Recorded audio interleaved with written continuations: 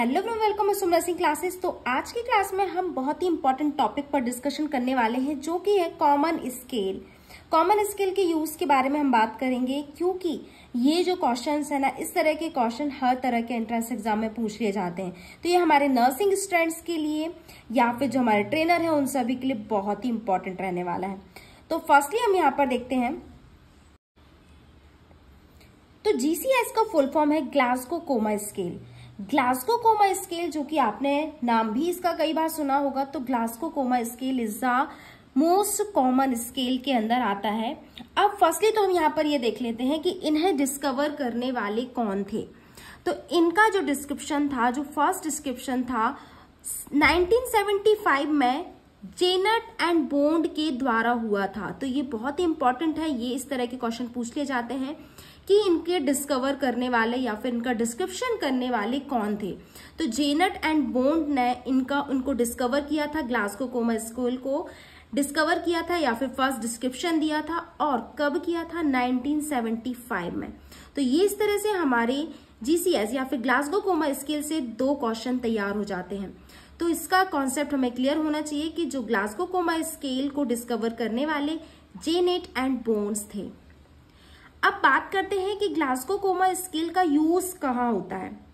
तो most common scoring system use for describe the level of consciousness. तो इसका जो यूज होता है ना, लेवल ऑफ कॉन्शियसनेस, तो कॉन्शियसनेस के लेवल को चेक करने के लिए होता है कब? जब किसी को ब्रेन इंजरी हुई है।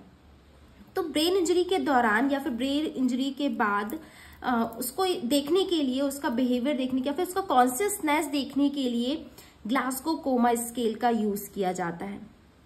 तो ये हो जाता है हमारा जीसीएस। नेक्स्ट हम सेकंड पर आते हैं, एशिया इम्पेयरमेंट स्केल।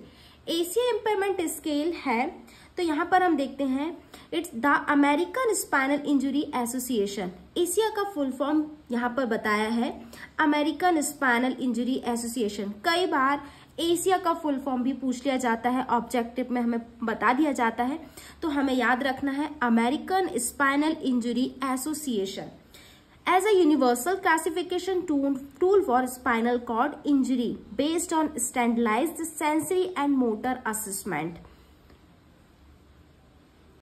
तो जो एशिया इम्पेयरमेंट स्केल है, यहाँ पर हमने देखा कि एशिया का full form American spinal injury association है। तो इसका यूज जो होता है स्पाइनल कॉर्ड इंजरी के लिए किया जाता है।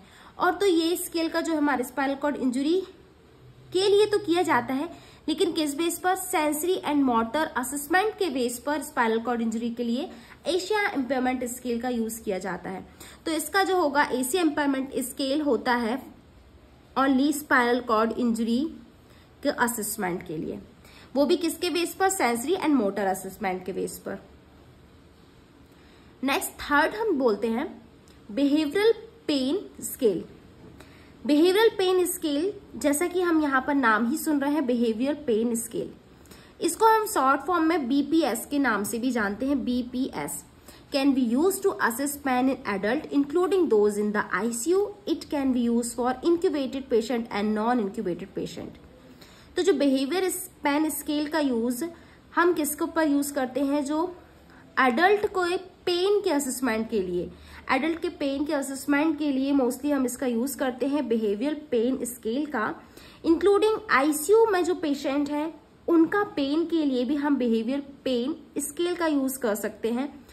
इसके अलावा इंक्यूबेटेड पेशेंट और नॉन इंक्यूबेटेड पेशेंट दोनों के लिए भी हम यहाँ पर कर सकते हैं। अब फोर्थ जो बहुत ही इंपॉर्टेंट है, सीपीओटी। तो ये भी क्वेश्चन पूछ लिया गया है, सीपीओटी किसके लिए यूज होता है? CPOT is also pain assessment tool. CPOT क्या है? ऑल्सो पेन असेसमेंट टूल के अंदर आता है। तो जो कि सीपीओटी इज बेस्ड ऑन 4 डोमेन्स। तो जो सीपीओटी है ये 4 डोमेन्स पर डिपेंड है या फिर बेस्ड है। अब 4 हम यहाँ पर डोमेन्स की बात करते हैं, वो कौन कौन से हैं? Patient facial expression, body movement, complain with ventilator and muscles tension.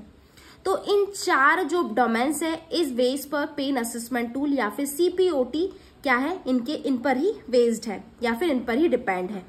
अब ये बात करते हैं कि the total score very between 0 to 8 या फिर 0 and 8, जो इसका टोटल स्कोर होता है 0 से 8 होता है, where 0 indicate no pain behavior and 8 indicate clean sign of pain behavior। तो अगर 0 है, अगर स्कोर अगर 0 आता है तो वो इसका स्कोर 0 से 8 होता है। अगर 0 होता है, अगर स्कोर 0 होगा तो वो इंडिकेट करेगा नो पेन बिहेवियर, मतलब पेशेंट को कोई भी पेन नहीं हो रहा है। और अगर स्कोर 8 अगर आता है तो वो इंडिकेट करता है clear sign of pain behaviour, मतलब किसी भी तरह का, मतलब इसका जो साइन है पेन का बिहेवियर है उसको क्लियर देखने को मिलेगा, मतलब उसे पेन हो रहा है। तो सीपीओटी का जो यूज होता है, सीपीओटी स्केल का यूज पेन असेसमेंट के लिए किया जाता है। ये पेन असेसमेंट टूल के अंदर आता है। और बिहेवियर पेन स्केल जो है कि बिहेवियर पेन स्केल भी किसके लिए है, पेन के लिए है। तो यहां पर हम देखते हैं नेक्स्ट है ब्रैडन स्केल। ब्रैडन स्केल देखते हैं, ब्रैडन स्केल को किसने डिस्कवर किया था। तो ब्रैडन स्केल को डिस्कवर करने वाले बर्बरा ब्रैडन एंड नैन्सी ब्रैगस्ट्रॉम थे, जिन्होंने कब किया था, 1987 में इसे डिस्कवर किया था या फिर डेवलप किया था इस टूल को, ब्रैडन स्केल को। और ब्रैडन स्केल का जो यूज होता है, ब्रैडन स्केल की यूज की बात करते हैं, देखिए ये तो पहले याद रखना हमें कि इसे कब किया था, 1987 में, किसके द्वारा, बर्बरा ब्रैडन एंड नैन्सी ब्रैगस्ट्रॉम के द्वारा। और इसका जो यूज होता है, यूज किस लिए होता है, इसका यूज होता है मोस्टली प्रेडिक्टिंग प्रेशर अल्सर। तो प्रेशर अल्सर को प्रेडिक्ट करने के लिए, उसकी रिस्क को प्रेडिक्ट करने के लिए ब्रैडन स्केल का यूज किया जाता है। तो ये हमारा हो जाता है ब्रैडन स्केल। इसका स्कोर जो होता है 6 से 23 होता है। मिनिमम जो होता है वो 6 होता है और मैक्सिमम होता है 23। तो इसका याद रखना है, जो स्कोर होता है 6, मिनिमम स्कोर होता है 6 और मैक्सिमम की बात करते हैं तो 23 कितना होता, 23 मैक्सिमम स्कोर के अंदर आता है। तो ये तो हो जाते हैं हमारे ब्रैडन स्केल। नेक्स्ट हम देखते हैं Norton scale. Norton scale was develop in 1960। तो नॉर्टन स्केल को जो डेवलप किया था 1960 में डेवलप किया था। अब बात करते हैं इसके यूजेस की।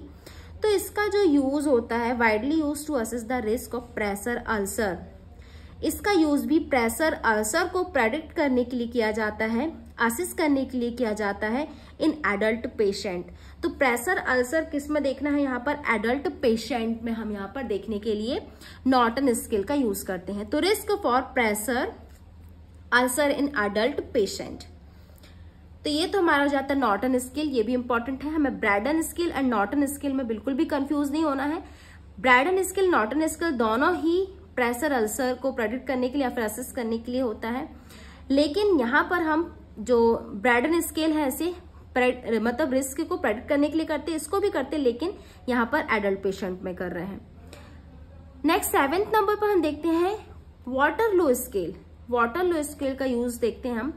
Waterloo scale its provide predictive information about the risk of developing a pressure score. तो वाटरलो स्केल का यूज हम प्रेशर स्कोर के डेवलपिंग, मतलब प्रेशर स्कोर के बढ़ने या फिर डेवलपिंग के रिस्क के लिए क्या करते हैं, असेस करते हैं। तो ये भी प्रेशर स्कोर के डेवलपिंग के लिए होता है। इस चीज को हमें याद रखना है। प्रेशर अल्सर अलग चीज है, लेकिन developing of pressure score different है। अब नेक्स्ट है 8, बहुत ही इंपॉर्टेंट है VIP स्केल। तो देखिए VIP scale, Braden scale, Norton scale और GCS मतलब ग्लासगो कोमा स्केल, ये बहुत ही इंपॉर्टेंट स्केल है, ये कई बार पूछे गए हैं। अब बात करते हैं हम VIP स्केल का। तो VIP स्केल का जो फुल फॉर्म होगा visual infusion phlebitis score tool for assessment of the early sign of phlebitis along with prompt remove a peripheral intravenous cannula. ये तो आपने सुना ही होगा। VIP स्केल का use visual infusion phlebitis score के लिए किया जाता है। फ्लेवाइटिस मीन्स क्या होता है, वेन में इन्फ्लामेशन। तो वेन के इन्फ्लामेशन ये विजुअल है, जैसे कि इन्फ्यूजन के टाइम पर वेन में अगर इन्फ्लामेशन है तो उसे असेस करने के लिए, उसके असेसमेंट के लिए VIP स्केल का यूज किया जाता है। तो अगर अर्ली साइन हमें फ्लेवाइटिस के दिखते हैं, वेन में इन्फ्लामेशन हमें देखने को मिलता है, तो हमें जल्द से जल्द जो पेरिफेरल इंट्रावेनस जो कैनुला पेशेंट को लगाया गया है उसे जल्द से जल्द क्या करना होगा, रिमूव करना होगा। तो हम रिमूव तभी कर पाएंगे जब हम VIP स्केल का यूज करके उसे असिस्ट कर पाते हैं कि कहीं फ्लेवाइटिस जैसी प्रॉब्लम तो नहीं हो रही है। तो विजुअल इन्फ्यूजन फ्लेवाइटिस स्कोर जो होता है वो VIP स्केल है, मतलब स्कोर को चेक करने के लिए VIP स्केल का यूज किया जाता है। नेक्स्ट हम देखते हैं CPIS। CPIS भी इम्पॉर्टेंट है, इसे भी कई बार पूछ लिया जाता है। CPIS मीन्स होगा क्लिनिकल पल्मोनरी इन्फेक्शन स्कोर। तो क्लिनिकल पल्मोनरी इन्फेक्शन स्कोर हम बोलते हैं CPIS। देखिए इनके नाम पर ही इनके सारी यूजेस छिपे हुए हैं। तो यहाँ पर देखेंगे जो हम CPIS का use screening tool in ventilatory associated pneumonia या फिर VAP। तो निमोनिया को, वेंटिलेटरी एसोसिएटेड निमोनिया के लिए हम किसका यूज करते हैं? CPIS मतलब क्लिनिकल पल्मोनरी इन्फेक्शन स्कोर का यूज करते हैं। तो इस स्कोर से हम पता लगाते हैं, इसका मिनिमम और मैक्सिमम स्कोर से हम पता लगाते हैं पेशेंट की कंडीशन। तो CPIS को हमें याद रखना है, ये वेंटिलेटरी एसोसिएटेड निमोनिया की स्क्रीनिंग के लिए CPIS का स्केल का यूज होता है। नेक्स्ट हम देखते हैं यहाँ पर VOS स्केल। इसका जो फुल फॉर्म होगा the back oral assessment scale. तो ये भी एक बोल सकते हैं, इसका यूज ओरल कैविटी के असेसमेंट के लिए किया जाता है। Mucosal plaque score were use to assess the oral cavity. Next है रोजियर भी इंपॉर्टेंट है। रोजियर मीन्स होगा the recognisation of stroke in emergency room. इसका फुल फॉर्म होगा R for recognise of stroke in the emergency room. तो जो हमारा ये होगा रोजियर का फुल फॉर्म तो होगा हमारा recognise of stroke in the emergency room scale as a stroke recognisation tool. तो इसका यूज जो हमारा रोजियर है, इसका यूज स्ट्रोक रिकॉग्नाइजेशन के लिए किया जाता है। तो ये स्ट्रोक रिकॉग्नाइजेशन टूल के अंदर आता है। तो स्ट्रोक के असेसमेंट के लिए हमें रोजियर का यूज करते हैं। देखिए कई बार शॉर्ट फॉर्म भी पूछ लिया जाता है, तो हमें इस चीज को याद रखना है, recognisation of stroke in the emergency room. Next scale पर आते हैं हम NIHSS, national institute of health stroke scale. बहुत ही इंपॉर्टेंट है, national institute of health stroke scale या फिर हम NIH स्ट्रोक स्केल के नाम से भी हम इसे जानते हैं। Tool use for health care provider of objective quantify the impairment cause by stroke. तो इसका यूज भी हम स्ट्रोक के लिए करते हैं। यहाँ पर इम्पेयरमेंट कॉज बाय स्ट्रोक के लिए हम यहाँ पर यूज करते हैं NIHSS या फिर national institute of health stroke scale. Next है फ्लैश स्केल। फ्लैश स्केल भी इंपॉर्टेंट है। फ्लैश स्केल का फुल फॉर्म हम देखते हैं, the face legs activity cry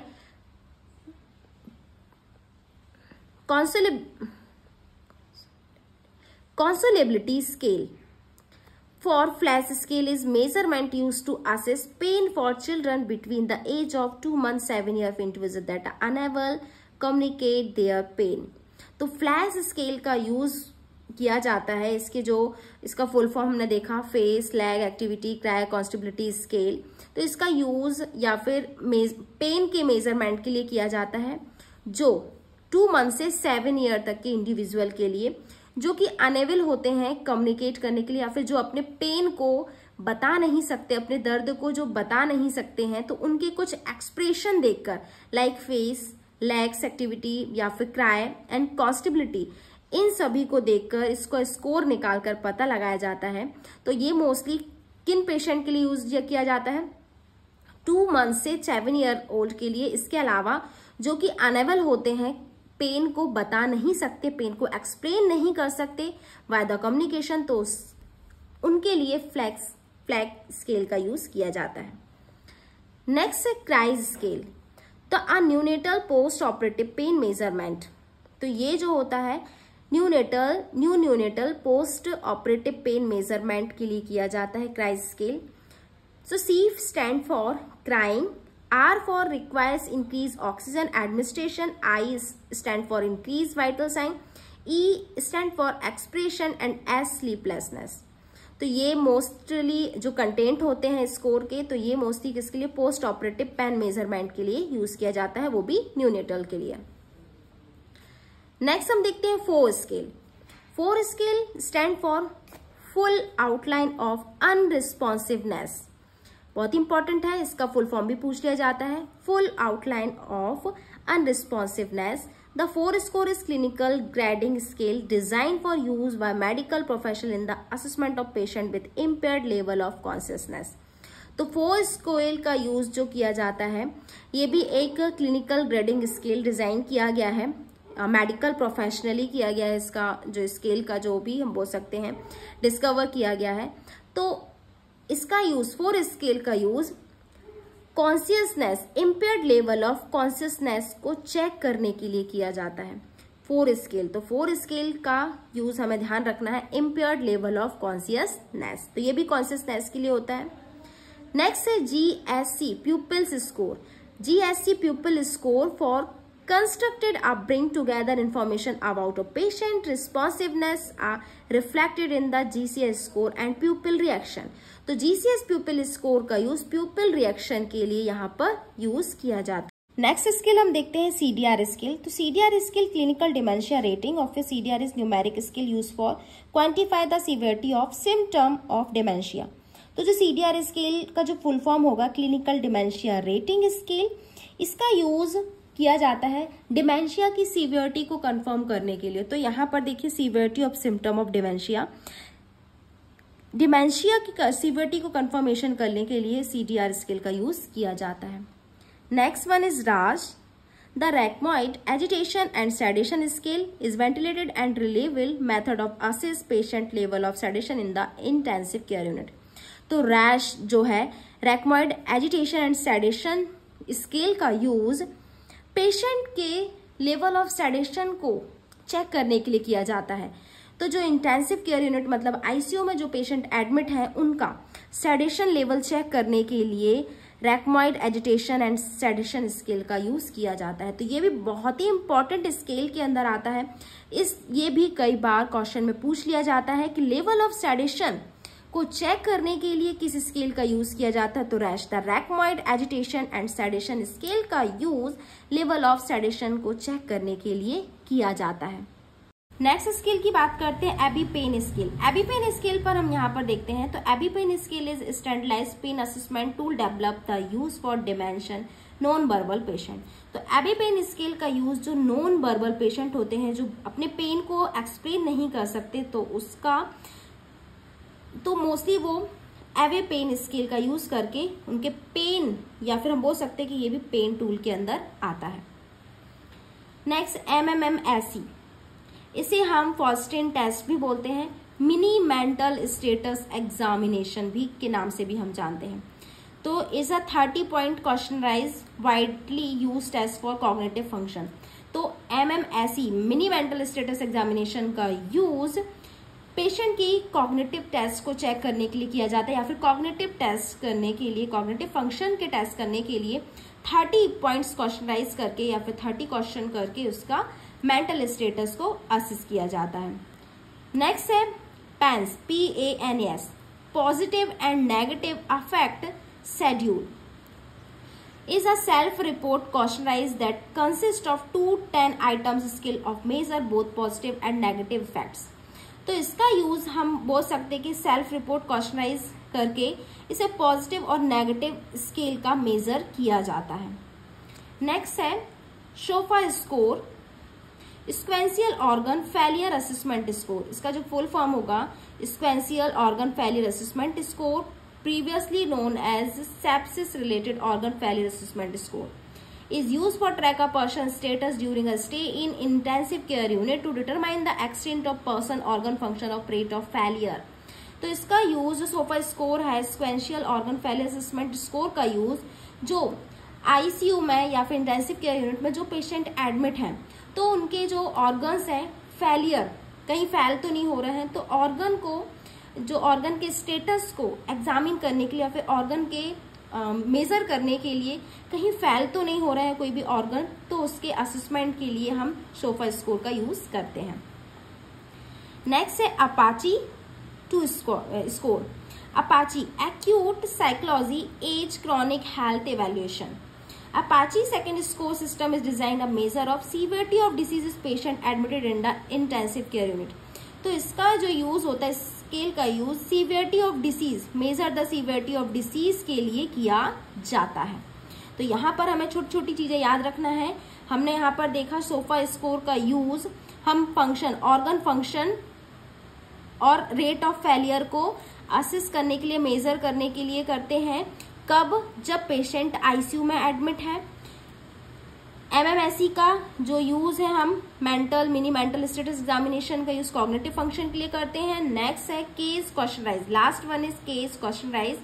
तो केस क्वेश्चनराइज हम बोलेंगे, CAGE questionnaire is a series of 4 question that doctor can use to check the sign of possible alcohol dependency. तो CAGE questionnaire scale का use doctor उनके लिए करता है, ये साइन देखने के लिए कि sign of possible alcohol dependency, कि अल्कोहल पर कितना डिपेंड है पेशेंट। तो ये मोस्टली यूज किया जाता है sign of possible alcohol dependency. तो ये भी हमारा केस क्वेश्चनराइज ये हो जाते हैं। तो ये थे हमारे कुछ इंपॉर्टेंट स्केल, कॉमन स्केल जो कि कई बार पूछे जाते हैं। तो आई होप कि आपके लिए ये वीडियो हेल्पफुल होगी। So thank you so much for watching my videos.